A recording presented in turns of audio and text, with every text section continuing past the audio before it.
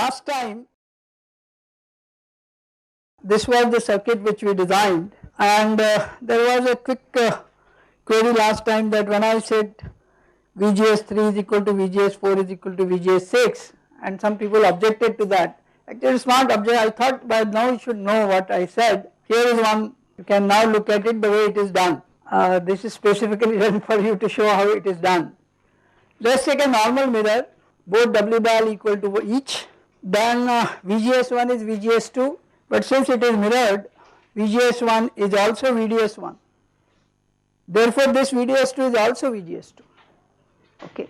Now having done so, we now look at this, the structure which is same thing. This is your M6 or whatever number, what is that transistor there, this is that M6, this is the mirror, and it is driven from the output to the input of that common source amplifier. Just look at it, if the currents are same, VGS is same, there is no other way VDS can be different, okay, but the currents are also same. IDS is equal to beta by 2 VDS hat square, so that has to be same. If the currents are same, sizes are same, there is no other way it can be different. Okay, so since we say so, I have this normal current mirror which is, you can see there these transistors are also identical there as well as here, and the output of that is actually fed to the, this is for N channel but you can do it for P channel. Now one can see from here, this is VGS1, this is VGS2, and that is also equal to VDS2, and this VDS2 is nothing but VGS3 for this, is that correct?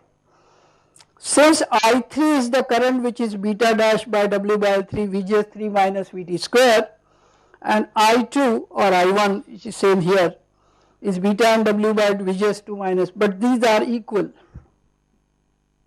Okay, if these are equal, then I3 by I2 is W by L3 by W by L, this. So the ratio, this is also essentially one of the method of biasing a common source amplifier from the mirror. Okay, this is a very standard technique, you should know it, but I thought since you that the raised issue, so I thought I will prove myself that I am right. Okay, okay, so this you try yourself in case still it is not clear, but this is very, in my opinion, very simple. The op-amp which we looked into all these days was essentially a normal single-ended two-stage amplifier which we called op-amp. There are other op-amps possible in the hardware implementations. One is cascode amplifier op-amp, the other is called high performance. This is essentially related to slew rates.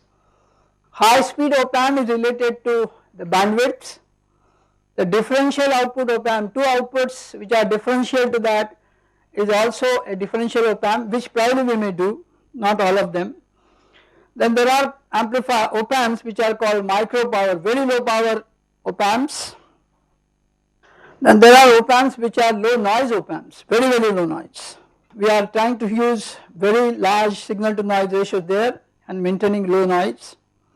Then there are op-amps in power electronics particularly we use which are called chopper stabilized at low frequencies, and of course there are op-amps which are at low voltage supply itself, maybe 1.8 volt or 0.6 volts. So there are a number of op-amps in the literature. Basic idea does not change, though for each case you will have to do something to achieve that specification. Is that clear? So look into books. There are all kinds of such op-amps are available. I have done the basic op-amp two-stage single-ended amplifier, but they need not be single-ended as we see earlier, it can be double-ended as well. Okay. The first thing which probably we may like to quickly do is the cascode. One of the major worry of the two-stage single-ended op-amp was you are worried about its stability, because there was a second stage and there was already a capacitor at the output of the first stage, and then we put CC Miller capacitor so that you can compensate to some extent, or put RZ CC to actually compensate the non-dominant pole or null that. But that means you are actually limiting something, because once you start increasing CC for your good compensation you have more worries. If you put RZ higher, then that 0 which is coming has to be very close to the non-dominant pole. So adjusting W by L for that transistor is not very straightforward as it looks. So why, after all, your ultimate aim was to see large bandwidth and large gain, okay, and stability. So if the second stage is removed, then a DFAM has a larger gain, it has only one pole, dominant pole, you can adjust the bandwidth and gain accordingly, can do that. And to improve the gain of any DFAM stage or any amplifier stage, one technique we know is to do cascoding, okay, GMR out. So you increase R out, okay. So let us see,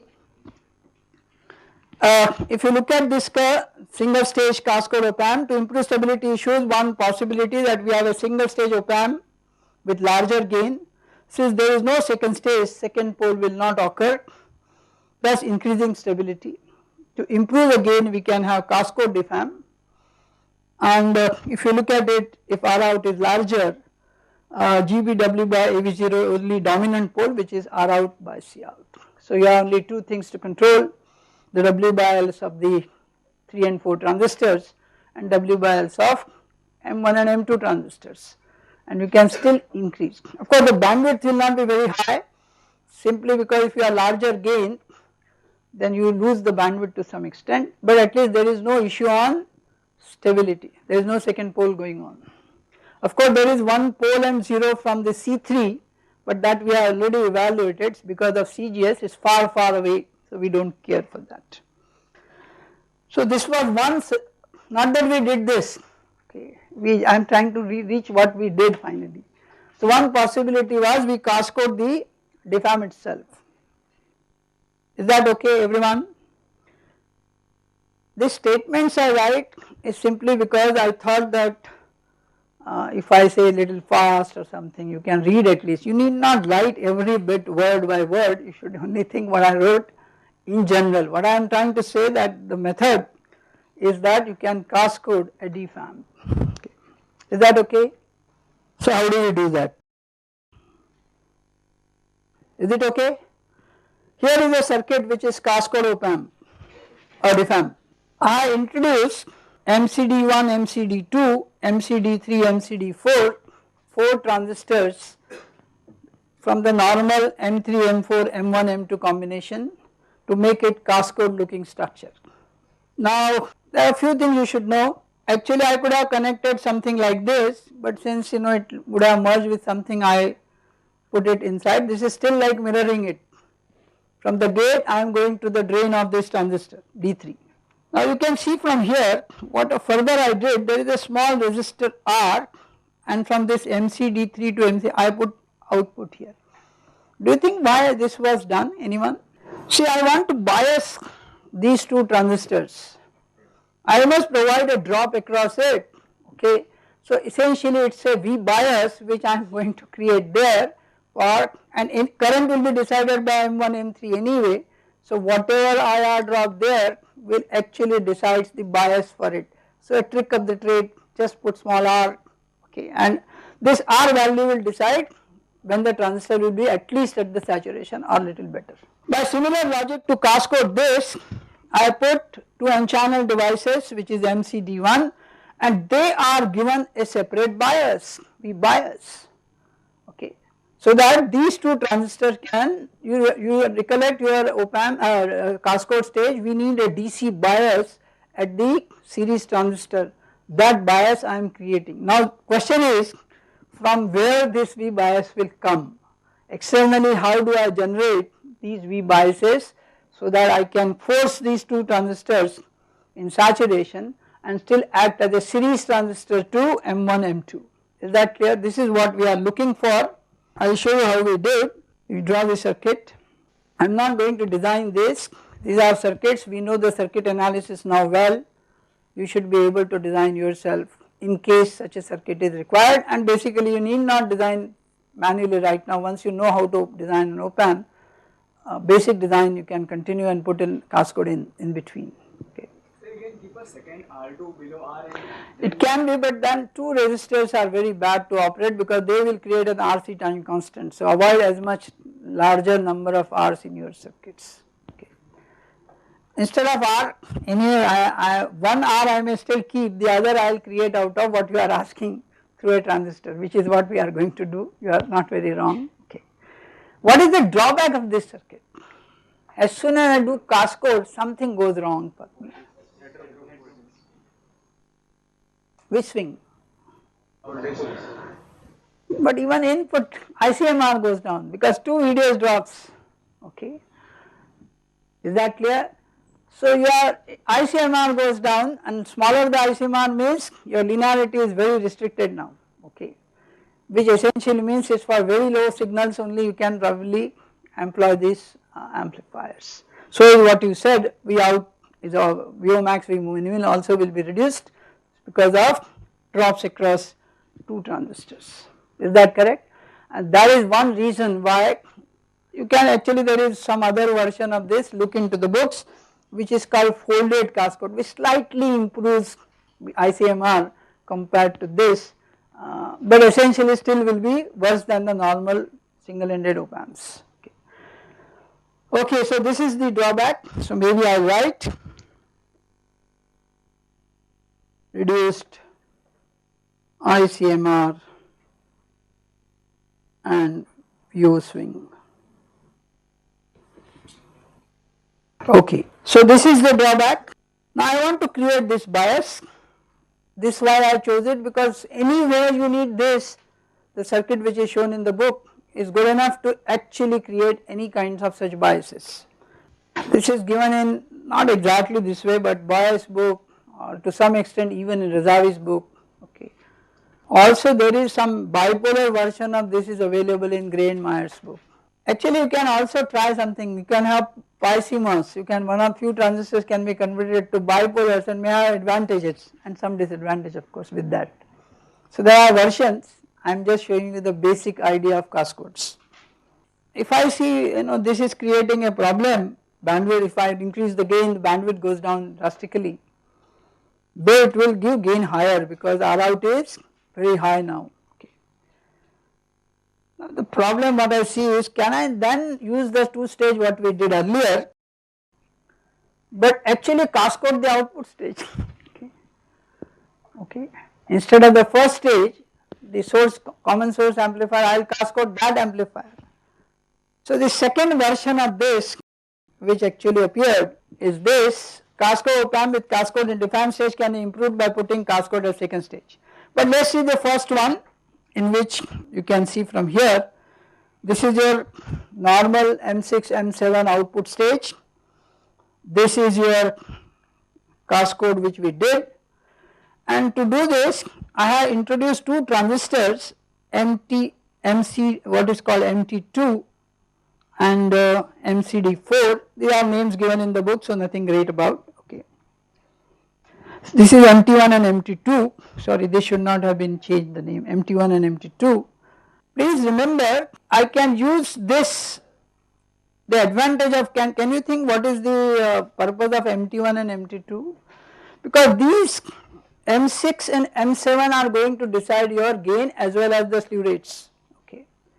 So I said okay, they should not be connected to the output of the first stage, because they connect directly, then they actually limit it there. So we said okay, if that is so, I can have a level translators from this voltage and this voltage whose outputs then I can give it to M6 and M7, and if I do this I can have better this. But what is the problem with MT1 and MT2? If I put it there, again the voltage swings will be now limited, because actually you are reducing these values, so actually reducing the output swings, but slew rate could be slightly better, which is independent of GM1, GM2 currents coming from here. Okay. So this additional drive capability which you create separately can do wonders, provided you are ready to have lower output swings. Okay. These are tricks. What people do alternatively to this as well is just take output stage and cascode it. Here is that circuit, this is given in Boy's book, please look at it again. This is essentially required for your slew rate requirement, but these currents which are coming from M6 and M7 are not connected from this output. These are driven by MT1 and MT1. So I am changing the bias for this independently. So the currents which otherwise would have got limited because of the gain which comes from the first stage is now broken by me.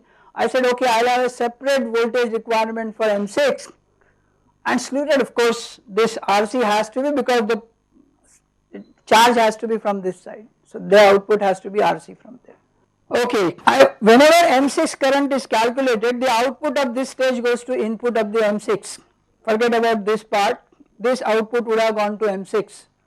That means the whatever is currents coming here will, and gain I want, this current will be decided from this side. What is the input VGS coming from there?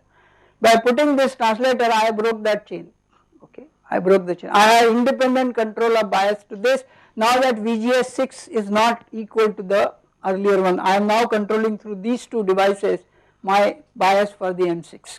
Okay, so that means I can change the current here to required output load current requirements. I can change without changing anything here. Is that clear? Otherwise that will decide what current I can push to the output. Okay. The alternate way, as I said, is to put a buffer at the output, that is the common source amplifier. This is your normal this. All that I did is put one P channel and one N channel device in series to M6 and M7, and now I know once I do this, RO of this and RO of this could be boosted.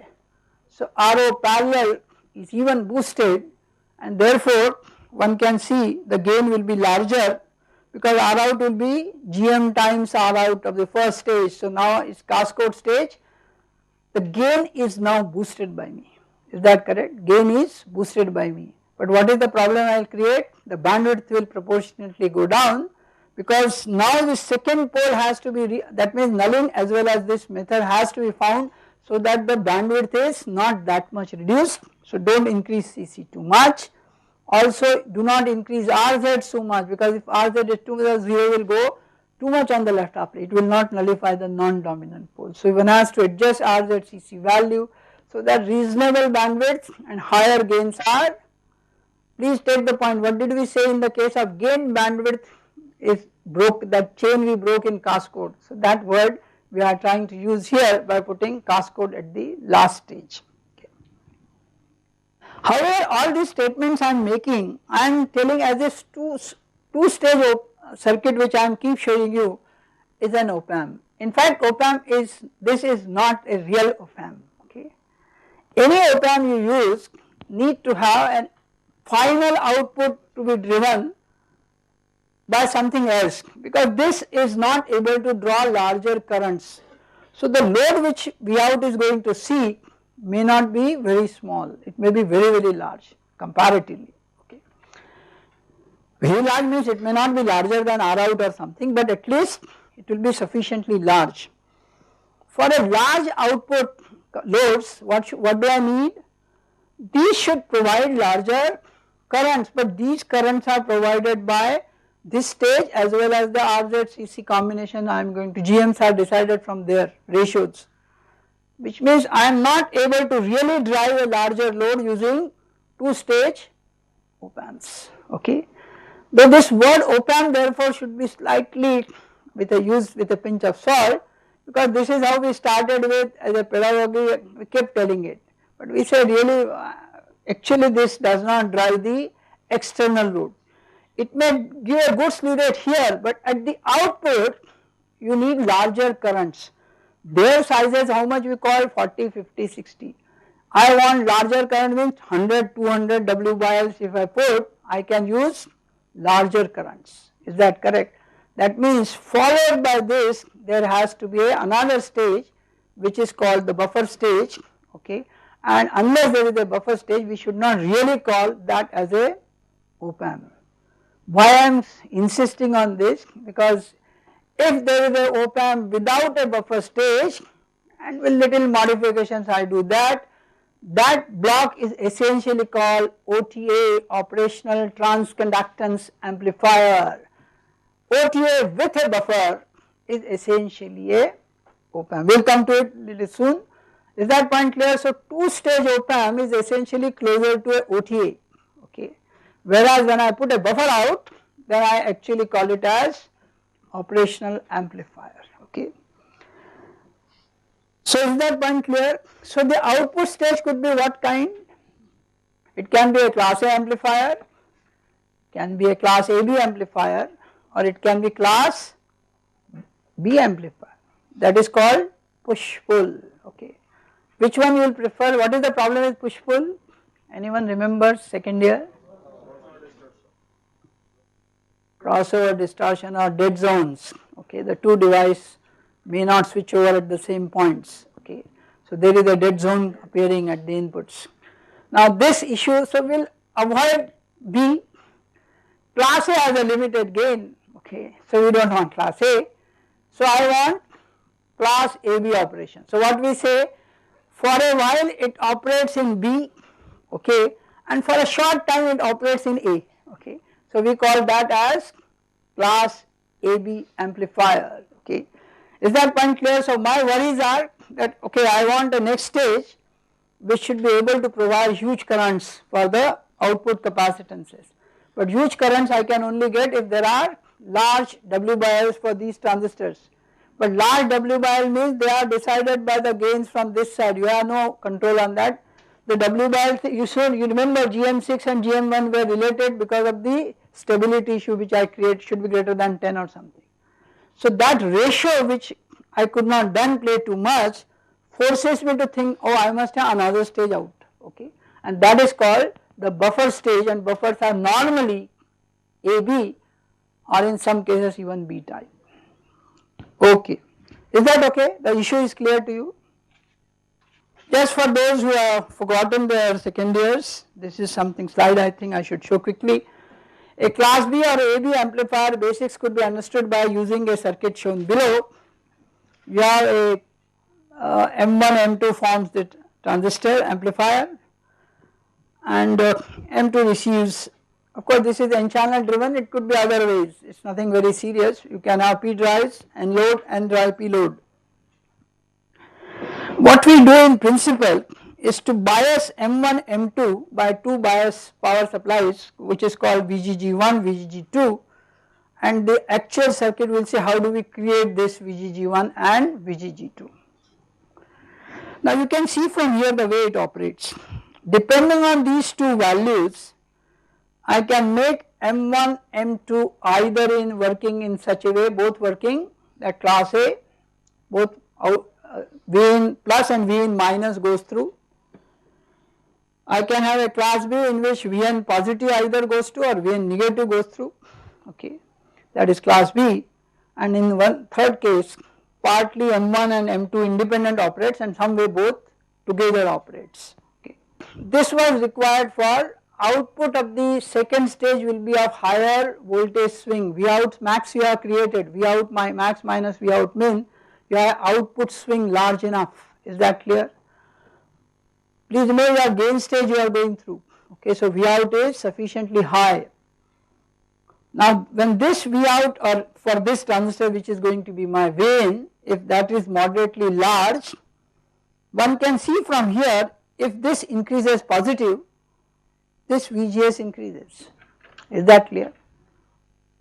But since the bias is kept like this, equivalently saying this decreases, okay.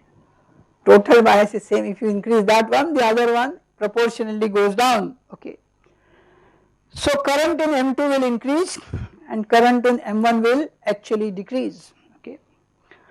Now this, if I keep increasing Vn, there may be possibility that this voltage may not be as much as Vt requirement.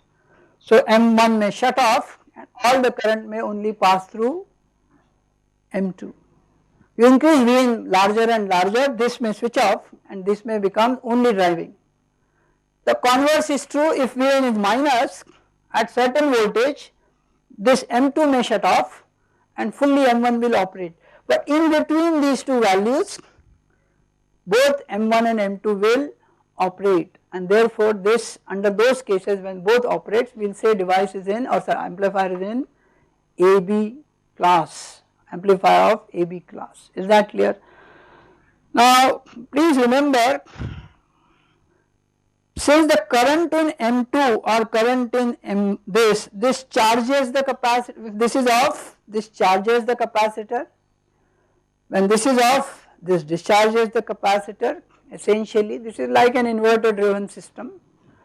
Now in this essentially meaning that if I want this capacitor to be charged fast, I must put larger sizes of M1 and M2, except for a short time when both are on, when the huge power will actually consumed, otherwise only dynamic power will be consumed by me. Is that clear to you?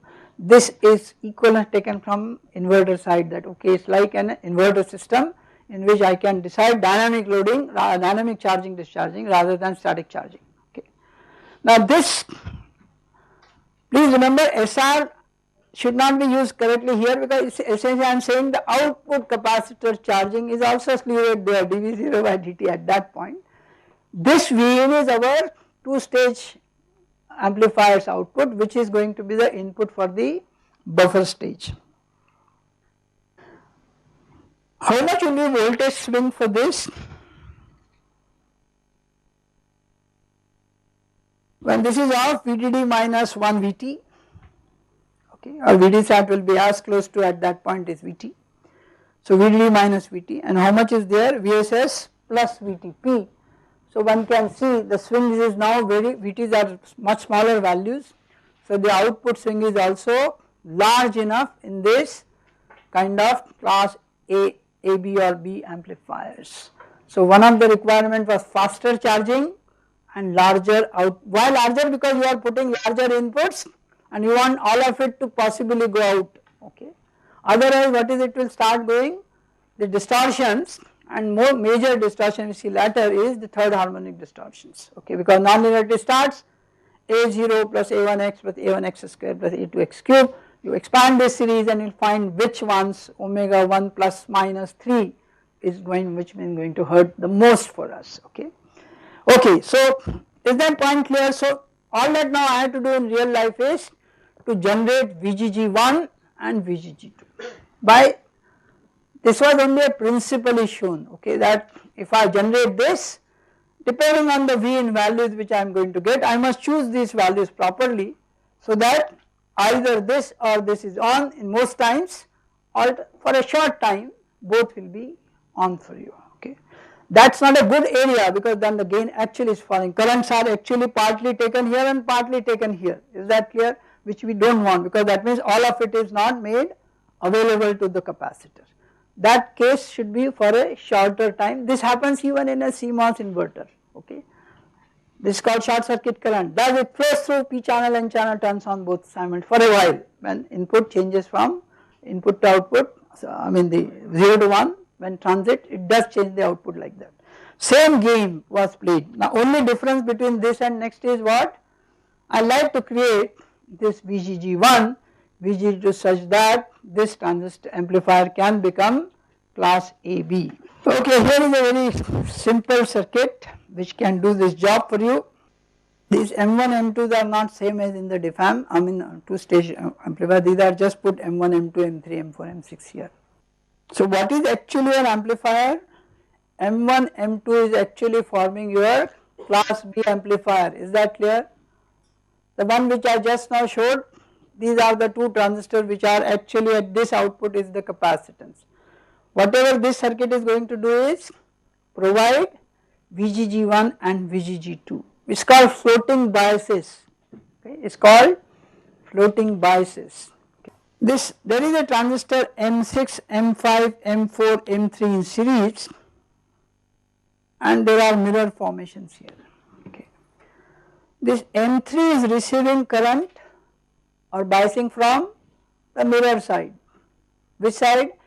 That M5, M8 or whatever in the last DFAM, that is been extended up, okay.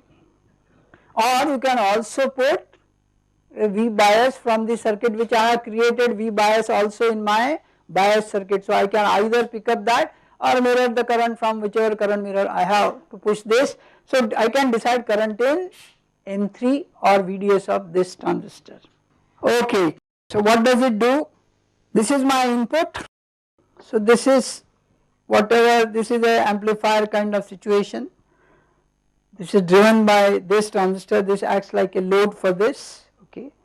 So this is my output, which is going to be the input for M2. From the lower side, when this vein is opposite, this is the maximum voltage then appears here in the negative, this minus this. So this actually drives M1, okay. Now the trick here is the maximum current which is decided by M1, M2, whatever we want, is beta n VON square and beta p VOP square. So if I adjust my W by L's of these two, I can decide, and if I know my VOP and VON, then I will be able to decide how much maximum current I can provide for CL to charge and how much I can create. Generally I will adjust them same, okay, because the time taken to charge should be time taken to discharge, but it need not be every time, because many a times once the capacitor charge, the next stage requires some time for act further. Is that point clear? This output will go to some other stage that has some response time. So in between discharge, if input goes down, I have sufficient time for discharge active. Please remember there are tricks in the game, because once charged, the output is now taking time for the next stage to operate. When you switch off this, it does not matter, because it still can be delayed, because that still has not completed the operation. Is that correct? So many a times sizing is done so that this time may not be same as this time, but as a designer we always try to keep equals so that this issue may not come into mind how much, okay. Is that clear? So that is the method of creation of an output stage of a, which is class AB amplifier, and this class AB amplifier is always the last stage of any op-amp. Is that clear? Last stage of any op-amp. First stage is single ended diff amp, second is gain stage, and third is the buffer stage. Is that correct? Please remember, buffer gains are not important. What is important is currents it can give you as much as this. So what should be sizes of this? Betas should be large enough so that our I out max and I out min are sufficiently large for this capacitor to charge and discharge in a given time what you want. Is that clear? So that's something, and now since it is not connected with the last two stages, this is independently driven by me to any external load I am in connected to. Is that clear? This is how op-amp normally works, okay. Op-amp normally works. So all this time as I was saying op-amp, the real op-amp will have additional circuitry of this kind, and if I put this here, this is what essentially an op-amp will look like. So you can draw this. This is our final op-amp, which almost every circuit in the chip you have is this kind. Okay, I forgot, maybe I can now put R. R will be of course replaced by a transistor whose bias can be picked up from any of these. Even this R can be replaced by what? A P channel diode connected. Is that correct? The R can be replaced by P channel diode connected device. Why we don't want to put R everywhere? Because the area it takes is very high. This will be around 350K to 100K for 1000K, that means megaohm sometimes, and that takes huge area on chip, okay. However, normally R has one advantage, which this has a positive temperature coefficient, this has a negative. So net TCF could be minimized if I put actual R there. So for that purposes, sometimes instead of diode you actually put a R. Is that clear? This fact has to be remembered. Normal resistance have positive temperature, the other, so we want to reduce to less than 1000 part per million per degree centigrade, and that is the way people probably prefer it at times. Is that clear to you? Okay. And this is my final output stage. Now this last, something I draw, just check that last part, CL parallel to something I put. This is our diff amp, this is the first part is bias, this part is the diff amp stage, this part is essentially your single gain cascode, relatively cascode kind this stage, but essentially it is screening VGG1, VGG2 fires this M15 and M16, which is your output amplifier or buffer stage. Okay. So how do we design Raj? We first design DFAM, based on that we design gain stage, based on that we design what is the buffer stage. Please do not go the other way, and this of course can be independently designed and can actually be kept ready for every one of you, okay, which may be a common, because this line can push anywhere, okay, and you can adjust W bar ratios to get what the new currents you want, okay. This why I intentionally put a RL there, since M5 and M15 and M16 are going to drive with a large currents available. So even if you have a resistive load there, it can still create V out by IR drops. Is that clear?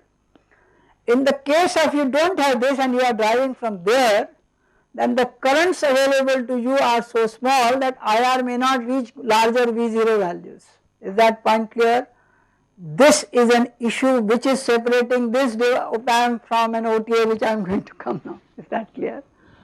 Is that point clear? If these currents are not large enough, RL cannot reach to VO max, VO min values, okay, and therefore op-amps can drive both resistive loads and capacitive loads. Is that correct? That is the major thing which we are trying to say here. A op-amp with a buffer stage, which is always called op-amp, then can drive any kind of loads. Is that clear? That is the strength of an op-amp. Okay, so now we, after all this op-amp word, we slightly modify op-amp word with a new device, a new amplifier, which we call operational transconductance amplifier, OTA. In a nutshell, what I say is, if you buffer it, a DFAM, then it is called op-amp, and if you do not, then it is called OTA. Is that correct? The actual OTA is not that simple or not that trivial. I will show you the actual circuit which we use, but this is essentially difference between OTA and op-amp is, an op-amp without a buffer stage is like a OTA. Please take it, the actual OTA symbols is therefore separated from op-amp. You can see we cut it partly here, make a this quadrilateral kind of thing, and it can have both outputs. Normally op-amps have generally single-ended outputs. Is that clear? Op-amps have generally single-ended outputs. There are separate op-amps which are called differential op-amps. So there will be two outputs. But then I will create those op-amps out of an OTA itself, because they anyway I have two such outputs possible. Is that clear? It is not necessary to use both, but I have access to both possibilities. But in real OTA I will do is, I have only one output, and that is what the major OTA chips are available. Okay. Is the difference clear? This is same DFAM, if it is buffered stage, gain stage, buffer stage, then you say it is. Intentionally I did not put single ended, you can have separate bias and can use source, current source instead of diode connected loads. So loads could be either of them. Even here I can have bias or have a mirror. Okay. Please remember, these are all your thing, you can decide any time. Okay. So having shown you that there are two symbols and there are two possibilities, now let me give a table which actually separates OTA from op-amp. Is that everyone wrote down? Shown, this figure is trivial but still. इसको DFAM ऐसा square बना दो यार, ये ऐसा plus minus भी कुछ नहीं, ऊपर प्लस लगा सकते हो, नीचे माइनस, दो टर्मिनल हैं. So do you get the, where do you think therefore OTAs can be used, because there are no buffer stages there? It can only drive capacity loads, it can't drive resistive loads. Okay. That is the major difference between op-amp and an OTA. But you can always convert an OTA into a op-amp, and we will do an example. I will make an amplifier using an OTA, and I will also make an amplifier like normal triangle based circuit resistance. I will show you with OTA also I can get the gain same as what I get from op amp, provided something happens. That provided is what it differs between op amp and OTA. Okay. Table which is relevant for you, op amp versus OTA or op amp and OTA, whichever you look at it.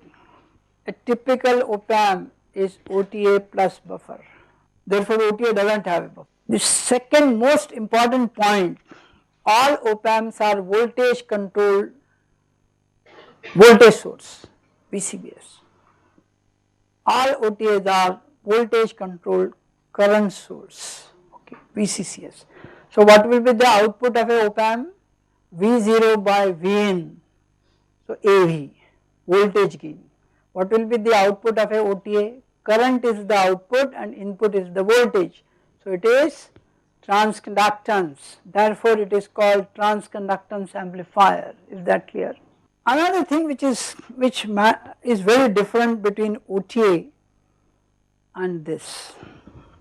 For a defined stage, what are the loads are used? Diode connected. Is that clear? So what is the output node resistance at the diff amp? VO1 or VO2? Very small GM, 1 upon GM. Is that correct?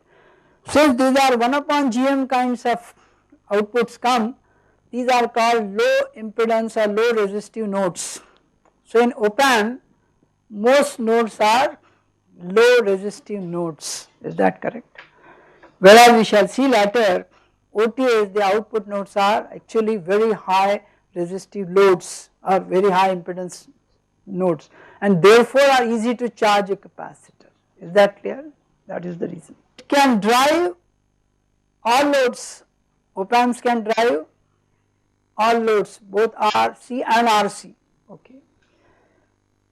Drive only possible capacity load and certainly not possible to drive resistive loads for OTA. OTA does not drive resistive loads because their currents are smaller comparatively. There are no large size transistors there at the output. So can't drive larger currents, and therefore R is very different. You got the point why IR is a V0. If I is small, that IR may never reach the VO max value which you are looking for. Okay. The next is the all op amps generally are complex. We have seen how much hardware I did, and they require large power dissipations to maintain your GMs, and there are so many vertical paths. So they are large power dissipation circuits. Comparatively, the OTAs are low power comparatively, and almost on chip so called amplifiers which you use on chip, any chip you see, it will be an OTA and not an op amp. Okay. This is some interesting part there. Okay. Since op amp can have any load, it can have larger gains, it can have any bandwidth by cascode, you can do many tricks there, high performance, high speed. They are used in all kinds of applications. So they are called general purpose applications, right from instrumentation to communication, everywhere, or power electron, you can drive everywhere. Whereas these are only generally used in filters, which is GMC, continuous active filters. Okay. These are the major difference. Not that they cannot do amplifications. Voltage amplification is also possible, but this is much higher than what I can get through this. Is that clear? So I will prefer to use OTAs wherever I need to create larger GMs, okay, larger GMs and not larger AV0s. Is that clear? Is that issue clear? So OTAs are of its own class, though I may say OTA plus buffer is not that trivial as I make it, because I will show you a circuit later. The actual OTA is slightly modified version of what this statement as if gives. Okay. As said earlier, OTA is a VCCS device as shown here. So what does that mean? The symbol which I showed you here,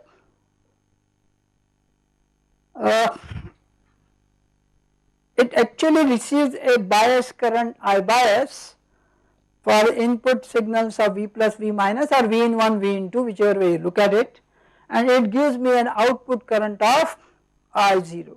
Okay. And then I am interested to know I0 upon V plus minus V in. or delta VID or VID, whatever you write, and that is called the transconductance, capital GM. Okay. Why it is called capital GM? Because it is from the output to the input, there are only small GMs as the part of this circuit. Okay. If I see equivalent circuit of this, you can see from here, this is my V difference, this is GM times V difference is what is the P. This is equivalent circuit of this. Okay. So I0 is GM times V plus minus VM, okay, capital GM you can make. So I0, you make it capital GM. So I0 upon V difference is transconductance, and since it is a higher, so if I make I0 higher than the V difference for which I am finding that, then GMs are higher and we say it is a good transconductance amplifier. So what should I do therefore? GM should be improved. Is that correct? A good transconductance amplifier means large GMs. So like, of course there will be, we will not calculate, but maybe you think over it, or lastly maybe I will put it on the web. There are bandwidth issues, there are noise issues with OTA and op-amps. Either you read or maybe I will put some words on that on my web page, okay, so that you can see why OTAs are not all that great as people think, but in some cases they are the best device to operate. Is that okay?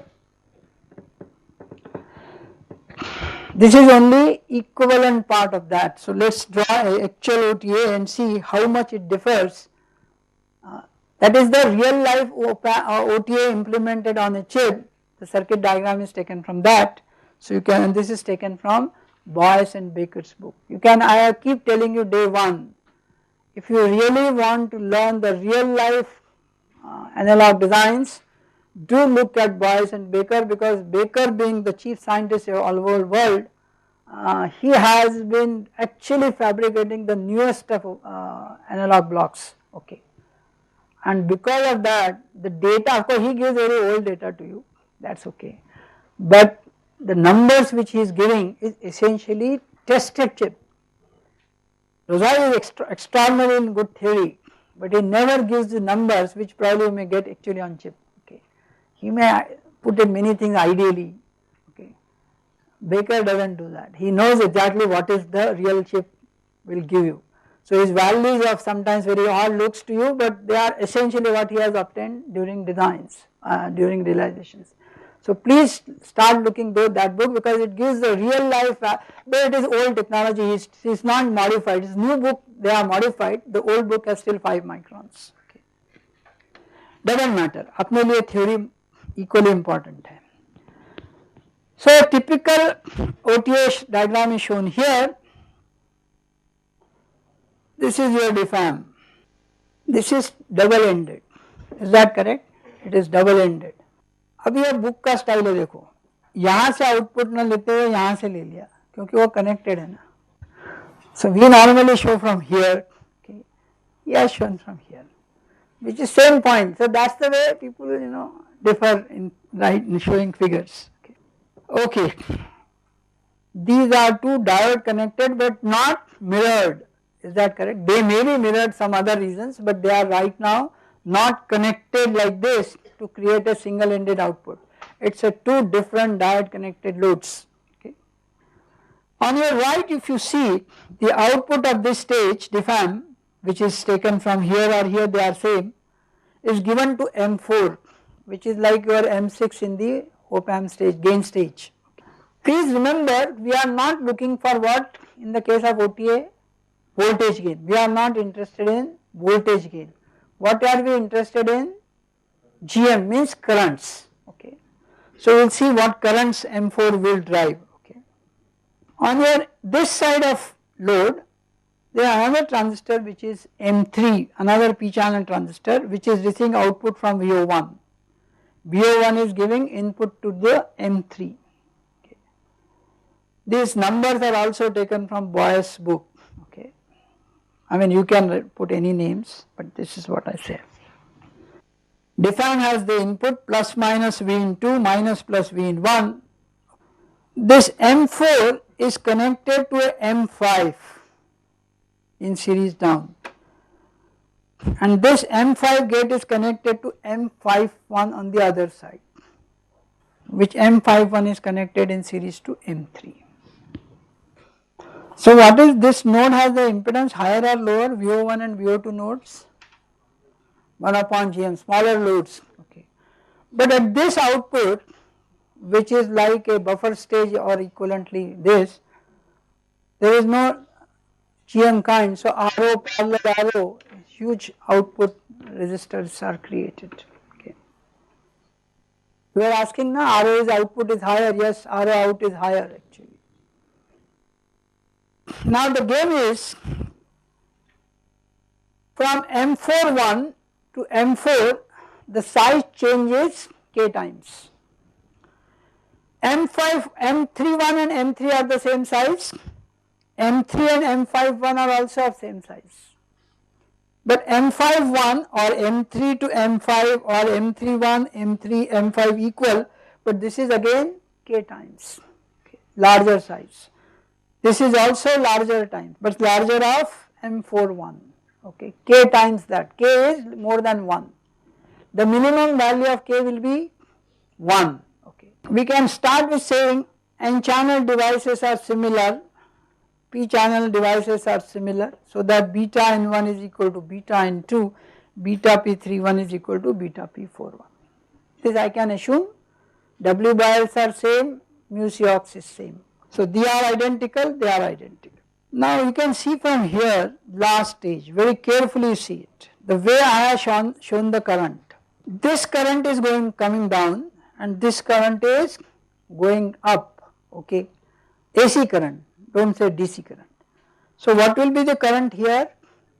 The sum of the two or subtraction, this is one minus of minus means add of this, the current will be very high here, is that clear? We will see how, but is that point clear? This currents add at the capacitor end and therefore the currents are larger the current, output current, larger is GM. This is what we are saying. By making it K, I actually boosted the current, is that clear? By making it K times, I actually have boosted the current. Now the way it operates, if these voltage AC signal change, since these are 180 out of phase, so if one changes one direction, the other will change the other directions. If this decreases, this also will correspondingly again when it goes up like this way this goes down again. So the idea behind choice of such circuit is that between these two M4, M5 currents, AC currents are always opposite, okay, AC currents are always opposite because of the phase I am creating out, okay. Now this idea that I can change the phase out is very interesting because then I out is sum of these two currents. Subtraction means actually magnitude wise they will add. These two currents will be functions of something like this and something like this, okay. So I can have control on this, I can have control on this, and then I will say okay, I out I can get higher for given V in 1 minus V in 2 or V in 2 minus V in 1 such that I can have larger output current for same difference, is that clear, of input signal. This is what we essentially do. Is that figure drawn? Is the issue clear? Positive negative signal will push the up and opposite signs. M4, M5 is the output stage of this where the capacity load has been kept. This is my output stage. Is that clear? This is my output. Otherwise from where the currents will be picked up to drive the capacitance. The way I have done it that this current will come through M4 and since larger size I will boost this current. Since this is K times, this is going opposite, so I will boost this current also and this minus this will be more current at the output so that I can charge the capacitor faster. Is that clear? Is that correct? Okay, having shown all this, there is some, okay, you keep that figure here in front of you, I will keep in here. I am first trying to calculate the current in this P channel device. So IDS 3 is nothing but minus GM1 by 2 V in 2 minus V in 1. But if you see IDS 3, 3, 1 and IDS 4, 1 they are in opposite, because one will increase, the other will correspondingly decrease. So IDS 3.1 is minus IDS 4.1 is equal to minus GM1 by 2 V into minus V1. Now the way we did it, please remember this is something trick we are playing. Beta 4, this should not be 4 here, beta 4, which is this, beta 4 for this is beta dash P into W by L by 4, but we also know this W by L by 4 to 4.1 the size is K times. So K times beta P dash W by L by into 4.1 is beta 4, is that correct? Beta 4.1 is K times that of beta 4, is that okay? Or beta 4 is K times beta 4.1, okay? But you can also see beta 3.1 and beta 3 is same. These are not K ratio, they are same. Since they are same, and we also, since same currents are flowing here and here for the bias, betas here are actually same as both sides. So essentially say beta 3.1 is same as beta 4.1. Please take it, size of this is same.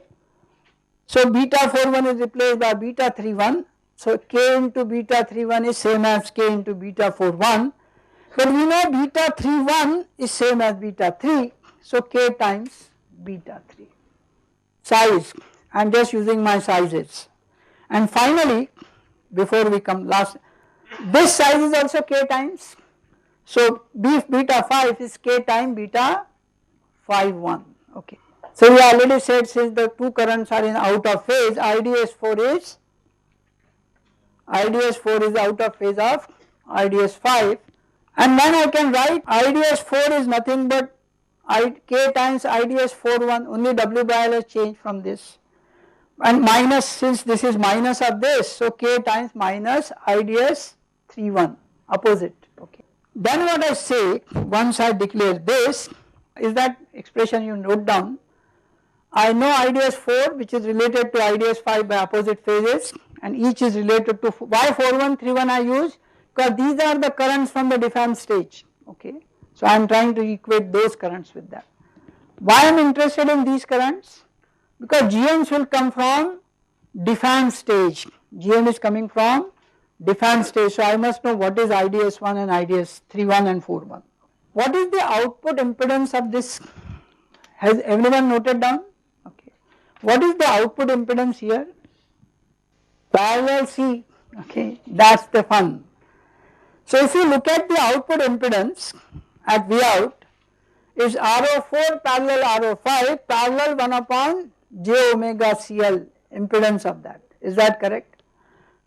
Now generally, I mean I am not saying every time, you may have to figure it out at a given frequency range, you may find these values, this is much higher than these values, because normally the OTAs have lower bandwidths, so generally this may be true, but in real life figure it out and then use my statement, okay. But as I say, if you normally, unless I do intentionally mischief, things will be correct on this.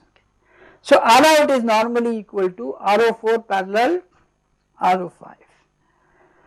Now we define the current, common current IDS, which is equal to IDS 4.1 equal to minus IDS 3.1, just same, they are same, na? So I put IDS, which is nothing but equal to GM1 by 2 V into minus V, that is what I derived earlier. So what is I out current? Please look at it, what is I out current? This current minus this current. So IDS 4 minus IDS 5, which is K times IDS 4 minus K times IDS 3.1, and since these are opposite signs they will add, so I get 2K times IDS, is that correct? But what is IDS? GM1 by 2 V into minus V1. So I get 2K GM1 by 2 V into minus V1. So now I get a ratio of I out by difference voltage, which I call it transconductance of the amplifier, which is K times GM1. Is that clear? K times GM1. So K is in my hand, how much size I put ratio wise. GM I can decide by from where? the size of M1, M2 or the M5 current I push in, is that correct? Bias current I push inside, is that correct? I can decide my GM. Now here is the interesting part, please everyone has seen I out by V in 2 minus V in 1 is transconductance, which is nothing but K times GM1 or GM2 because they are same. For the sake of brevity, I may even calculate the voltage gain. We have done current this transconductance. So V out upon V into minus 1 is output voltage by this. Output voltage can be written as IDS into this which is equal to, then substitute correctly all these values. So I get K times GM1 into RO4 parallel RO5. What is KGM? What is KGM1? Capital GM.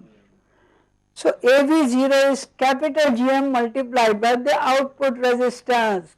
आ गया ना voltage amplifier में मिला ना आपको. So it is not that it is not doing voltage amplification. So the two-stage op-amp is also doing this job. The first part there is essentially OTA based. Okay. Now for the sake of brevity, I choose K is 1, which is like an op-amp. There is no increase, so we say okay 1. So GM is GM1, AV0 is this, which is what we would have got in a defense stage anyway. Since GM1, now look at the way I did, GM1 is 2 beta 1 into ISS, which is in this case IDS 5 by 2, okay. Now I choose my IDS 5 such that it is twice the bias current I create, that is double the size I keep. I bias, twice of that I pass through my 5th M5 transistor, so that this half वहाँ से उड़ाया जा सके. There is nothing, 2W किया क्यों हो गया वो सब, okay. If I substitute this here 2I bias, have you please note down, and then I will put the last few slides for that. Transconductance समझ में है ना, why it is OTA. So please remember OTAs are, why they are so important is this. Now this fact which I am showing you is important, and note it down everyone. Now you can look at it, if I put that ID5 is 2I bias, this become 2 beta 1 W by I bias. So GM is proportional to root of I bias, and capital GM K times GM is also proportional to root of I bias. What is the advantage of this? If I change the bias current, I will change the transconductance. Is that directly as proportion root of course, but is that clear? So now I must figure it out. If I want a particular GM, and GM 1 upon GM is what? Resistor. So if I want to create a 1 upon GM as large, R smaller, I should boost larger GM. Why should I need small r? What is the time constant associated with the output? 1 upon RC, is that correct? Frequency. If R is smaller, the frequency is larger. Filter में क्या देखते रहते हैं? Cut off point, So GM decides the cut off for the filter, but GM is decided by bias current I choose, okay. So I have a OTA which I can nicely configure to create a low pass filter, high pass filter, band pass filter, and it is active device. Why? Because GM is active element, is that correct? It is not a passive filter, it is an active filter which is connected from the DC bias current. Now the question is DC bias current externally how you will have a voltage, इसमें current source तो नहीं डाल सकते ना. So something I must create a voltage control there. The pin should have variable voltage control. If I do that, and if I change I bias for that control voltage, then I will be able to, from that V control, I will change the GM value. Is that correct? So here is a circuit which is very simple. This is what you had. I added this additional mirror side from this side, P channel. You are looking for, there is a resistor here, isn't it? Instead of that, I mirror it through another P channel and put a series transistor M10 whose input is variable control as we call, and the resistor R. Now you can see from here, if you have drawn the figure, they are same sized, M9 and M8 are same size, so the current here is same as this, mirrored. Okay. So if this is my I bias current, and for the diff amp I have made double size, so it is 2 I bias current, so that the earlier expression is valid. And if I bias is to be created from this, the current across this must change, is that correct? So that the voltage here should be such that it creates this I bias current. What current R can receive, what M10 can provide, okay. Now I bias, you can see from here, this voltage minus this voltage divided by R. What is this voltage? VGS of this, is that correct? So V control minus VGS 10 is this voltage, minus 0 of course if you wish, divided by R is the bias current. Now here is a catch. So normally for, if I keep this W by L10 very large, so VGS will be very close to VT. For the sake of those who do not agree, I will just solve for them. If the size of this is 100, 200 or 500, then the VOV will be less than 10 millivolt or 20 millivolt. So VGS will be almost close to VT. So I now know this VT, I know my control voltage which I am varying. If I fix R, then I know my bias current.